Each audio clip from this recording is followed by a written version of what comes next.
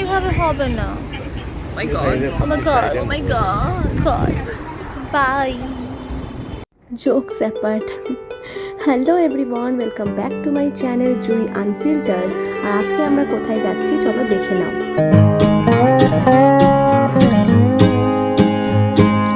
উঠলো বাই তো কটক যাই, ঠিক এইরকমভাবেই আমরা 5 জন মিলে সেই দিন বেরিয়ে পড়েছিলাম একটা লং ট্যুরের উদ্দেশ্যে।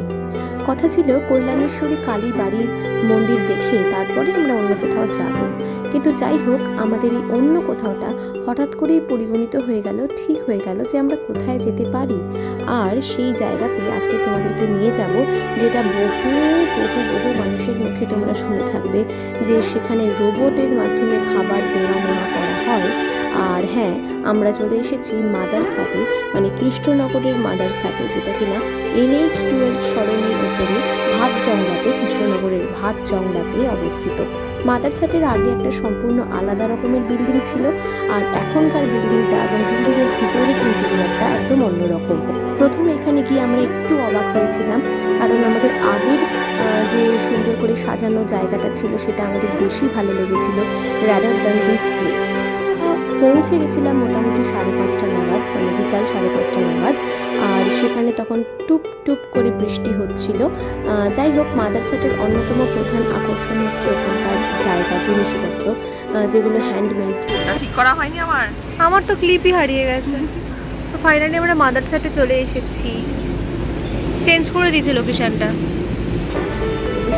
আমরা কিন্তু কোনো দিকে না তাকিয়ে প্রথমেই চলে এসেছিলাম এই কালেকশনগুলো দেখার জন্য। এখানে হ্যান্ডমেড যে জুয়েলারিগুলো রয়েছে সেগুলো ভীষণই আকর্ষণীয়।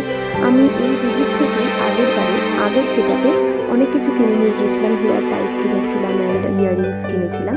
এই দিদির থেকেও আবার বেশ কিছু জিনিস আমি কিনে নিই, আর তারপরেই আমরা ঢুকে পড়ি মাদারসাটে সম্পূর্ণ অন্যরকমভাবে সাজানো বিল্ডিংয়ে। আমার টেনশন ছিল টেস্ট নিয়ে, টেস্ট কেমন থাকে খাবারের সেটা নিয়ে। যাই হোক, আমার মেয়ে কিন্তু এখানে প্রচণ্ড এনজয় করেছে। কেন করেছে, কী জন্য করেছে, কীভাবে করেছে, সেই টুকটাক ডিটেল কিন্তু তোমরা এখানে পেয়ে যাবে। একেবারে ছোট বাচ্চা, তখন আমার মেয়ের 1 বছরও কমপ্লিট হয়নি, এরকম বাচ্চা যারা খুব দুষ্টু বাচ্চা, সেরকম বাচ্চাদেরকে নিয়ে মাদারসাট বা এই জাতীয় কোনো বড় রেস্টুরেন্টে গিয়ে কীভাবে শান্তিমতো খাওয়া যায় সেই টিপস যদি তোমরা চাও জানতে, তাহলে সেই টিপস লিখে পাঠিও আর কি কমেন্ট সেকশনে, যে তোমরা জানতে চাও। তো ডেফিনেটলি সেই টিপস তোমাদের সাথে শেয়ার করে নেব। আমার মেয়ে যেই দুরন্ত মেয়ে আমাদের খেতে দিয়েছিল কিছু ছোটোখাটো টিপস ফলো করার জন্য। যাই হোক, এই মাদারসাট রেস্টুরেন্টটি কিন্তু সম্পূর্ণরূপে মহিলা দ্বারা পরিচালিত ইন দ্য সেন্স, যারা এখানে খাবার দাবার দেন, অর্ডার নেন, তারা কিন্তু বেশিরভাগ, এবং আমি দেখেছি সব অর্থেই কিন্তু তারা মহিলা, তারাই কিন্তু সমস্তটা হ্যান্ডেল করছেন। তো মেয়েকে নিয়ে আসার পর মেয়ে বেশ অবাক হয়ে গিয়েছিল এবং চারদিক দেখছিল। ওর সব থেকে বেশি ভালো লাগা জায়গা হচ্ছে এখানে প্রচুর মানুষজন, যারা ওকে কাছে এসে একেবারে ইলিগিলি করে চটকে চাটকে বিরক্ত করবে না, বাট তাদের সাথে টুকটাক ভাবে আর কি এন্টারটেন করা যায় তাদেরকে নিয়ে, সেরকম আর কি। যাই হোক, মেয়েকে খানিকটা দুধ খাইয়ে নিচ্ছিলাম, আর তারপরে ঠিক করলাম যে কী কী অর্ডার দেওয়া যায় সেইগুলো একটুখানি দেখে নেওয়া যাক। ওপরের পোর্শনটা এরকমভাবে ডেকোরেট করা রয়েছে, যেখান থেকে লাইটসগুলো ঝুলছে, খানিকটা ওই রোডের ওপরে যে ক্যাফেসগুলো থাকে না ফর বাইকার্স অ্যান্ড অল, সেই রকম আমার লাগছিল দেখতে। আগের সেটআপটা আরও বেশি অ্যাস্থেটিক ছিল। যাই হোক, এখানকার যে মানে মেনু কার্ডটা সেটা যথেষ্ট অ্যাস্থেটিক, সেখানে আর কি সমস্ত কিছু লেখা রয়েছে, কতটা কি পাওয়া যায় না যায়। এখানে অন্যতম প্রধান আকর্ষণ হচ্ছে এখানকার কি বলে ওটাকে, প্রেশার কুকার মাটন, যেটা আগেরবারেও আমরা সন্ধান করেছিলাম, যাই হোক আমরা খাইনি। আজকে আমরা অনেক কিছু অর্ডার করেছি, সেগুলো তোমাদের সাথে শেয়ার করব। তার আগে দেখিয়ে নিচ্ছি এখানে বসার জায়গার সেটআপটা কীরকম, ভীষণ কমফর্টেবল এবং যথেষ্ট চওড়া, হাত পা ছড়িয়ে বসা যায়। আশা করি এখন দেখে বুঝতে পারছো যে এই হচ্ছে সেই রোবট, যে রোবটের মাধ্যমে আর কি মহিলারা খাবার দাবার নিয়ে যাচ্ছেন, নিজেরা বহন করছেন না, তাদেরকে বহন করে আনতে হচ্ছে না, রোবটই কিন্তু তাদেরকে বহন করে করে নির্দিষ্ট টেবিলে সেই খাবার দিয়ে আসছে। এটা একটা অন্যতম অভূতপূর্ব দৃষ্টি এবং একটা মানে অসাধারণ নজির, যেটা দেখে সত্যি ভীষণ ভালো লাগছিল আমাদের। যাই হোক, রোবট পরিচালিত, রোবটের মাধ্যমে খাওয়া দাওয়া প্রাপ্ত এই রেস্টুরেন্টে আমাদের বেশিক্ষণ কিন্তু খাবারের জন্য অপেক্ষা করতে হয়নি। আমরা মাটনের 2টো ডিশ আর তার সাথে আমরা বাসন্তী পোলাও নিয়ে নিয়েছিলাম হচ্ছে আরও এক ধরনের পোলাও, যার মধ্যে ছিল মেনলি চিকেন পোলাও যেটাকে বলা হয় সেই ধরনের জিনিস। গড়গড়ি চিকেন বলে একটা অসাধারণ ডিশ নিয়েছিলাম ফ্রেন্ডস, আমি তোমাদের সকলকেই রেকমেন্ড করব এখানে এলে এই চিকেনটা কিন্তু একবার ট্রাই করে দেখো, তাও আবার বাসন্তী পোলাও দিয়ে, মাথা নষ্ট হয়ে যাবে। এই একদম প্রথমে স্টার্টার হিসেবে আমরা ফিশের এই যে আইটেমটা নিয়েছিলাম এটার কথাও কিন্তু আমরা ভুলতে পারছিলাম না। আমরা 4 জন মিলে খেয়েছি, কিন্তু আমাদের মনে হয়েছে যেন কম পড়ে গেছে, তো আমরা আবার একটা করে একটা প্লেট অর্ডার করেছিলাম এই নির্দিষ্ট অসাধারণ খেতে এই স্টার্টারটার। কি বলবো এই স্টার্টারের মানে কোনো তুলনা চলে না। সেই অর্থে এখানকার দাম আমি বলবো প্রাইস কিন্তু অনেকটা বেশি রিজনেবল। তার সঙ্গে আমাদের কাসুন্দি দেওয়া কিছু পেঁয়াজ এবং লঙ্কা এগুলো দেওয়া হয়েছিল, সেইগুলো দিয়ে এই জিনিসটা দিয়ে মিশিয়ে খেতে এতটাই অসাধারণ লাগছিল যে আমি কিছু বলতে মুখে ভাষা পাচ্ছিলাম না। এর মধ্যে স্টাফিং হিসেবে আমার মনে হচ্ছিল আলু দেওয়া রয়েছে, মাছ তো রয়েছেই, তার সাথে এক ধরনের কোনো পাতা জাতীয় কিছু শাক জাতীয় কিছু সেইটাও কিন্তু দেওয়া ছিল। এবং সর্বার্থে একটা নিউট্রিশাস খাবার এবং অসাধারণ টেস্টের এই খাবারটা আমি তোমাদের প্রত্যেককে রেকমেন্ড করবো, তোমরা কিন্তু অবশ্যই ট্রাই করো। ওনাদেরকে যদি তোমরা জিজ্ঞাসা করো যে স্টার্টার হিসেবে ফিশের কোন আইটেমটা ভালো হবে, ওনারা এইটাই রেকমেন্ড করবেন, ওনাদের রেকমেন্ডেশনে কিন্তু আমাদের এটা খাওয়া। তো সামনে দেখো চলে এসেছে এই যে বাসন্তী পোলাও হলুদ রঙের, তার সাথে চিকেন পোলাও একটা ছিল, আর এইটা হচ্ছে আরেক ধরনের পোলাও। তো আমার সব থেকে অসাধারণ লেগেছে বাসন্তী পোলাওটা যেটা ছিল সেইটা।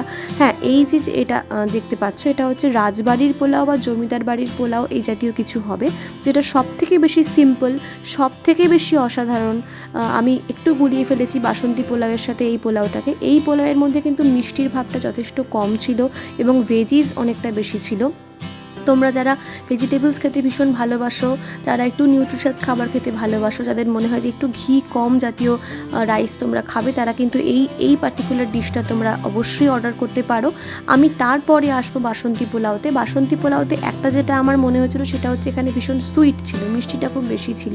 সেই তুলনায় এই যে গড়গড়ি চিকেন দিয়ে রগে করে মেখে এই অসাধারণ পোলাওটা যখন একটা গ্রাস মুখে দেওয়া যাচ্ছে না, মনে হচ্ছে I am in heaven.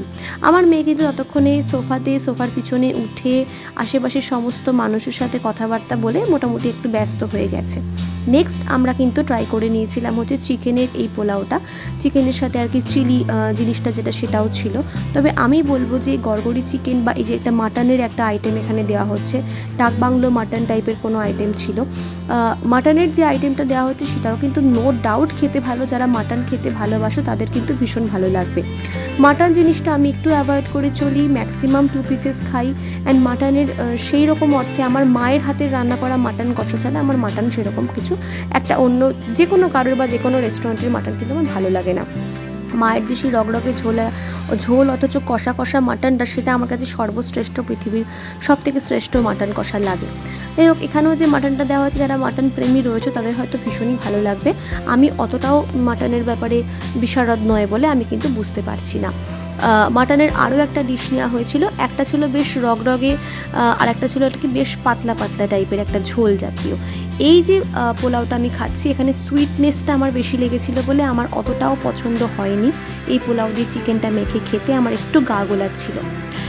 In the mean time চলে এসেছিলো হচ্ছে ভার্জিন মোহিতো আর হচ্ছে আইসক্রিম। আর তোমাদের সাথে শেয়ার করে নেব ওয়াশরুমটা, এখানকার ওয়াশরুমটা। আমরা একটু ওয়াশরুমে গিয়েছিলাম, নির্দিষ্ট জায়গা থেকে খাওয়ার জায়গা থেকে বেরিয়ে বাঁ হাতে সোজা গেলেই কিন্তু ডান হাতে এই ওয়াশরুমটা পড়বে। এই ওয়াশরুমের অবশ্যই অনেক কক্ষ রয়েছে এবং সেখানে কোনো অসুবিধা নেই, একেবারে পরিষ্কার পরিচ্ছন্ন ওয়াশরুম। আর তার সামনে এই সুন্দর বেসিনগুলো দেখছো ডেকোরেট করা রয়েছে খুব সুন্দরভাবেই। তো সব মিলিয়ে কিন্তু এটা একটা দারুণ আউটিং প্লেস এবং সব থেকে বড় কথা যে এখানকার খাবার কিন্তু অসাধারণ, 10 on 10। এখানে আলু আছে। কোন আইটেমটা সব থেকে বেশি ভালো লেগেছে বল? ভেজ পোলাও আর গড়গড়ি চিকেন। আর একজনকে ভালো লেগেছে মাদার্স হাটে যাওয়ার জন্য তোমরা কৃষ্ণনগরে ট্রেনে করে পৌঁছে, তারপর সেখান থেকে কোনো রকম লোকাল টোটো অটো করে কিন্তু পৌঁছে যেতে পারো। আর যারা গাড়ি করে যাবে তারাও আসতে পারো। আমাদের মোটামুটি 2 ঘন্টা 17-18 মিনিট মতো সময় লেগেছিল। চলো আজকের ব্লগ এখানেই শেষ করলাম, বাই।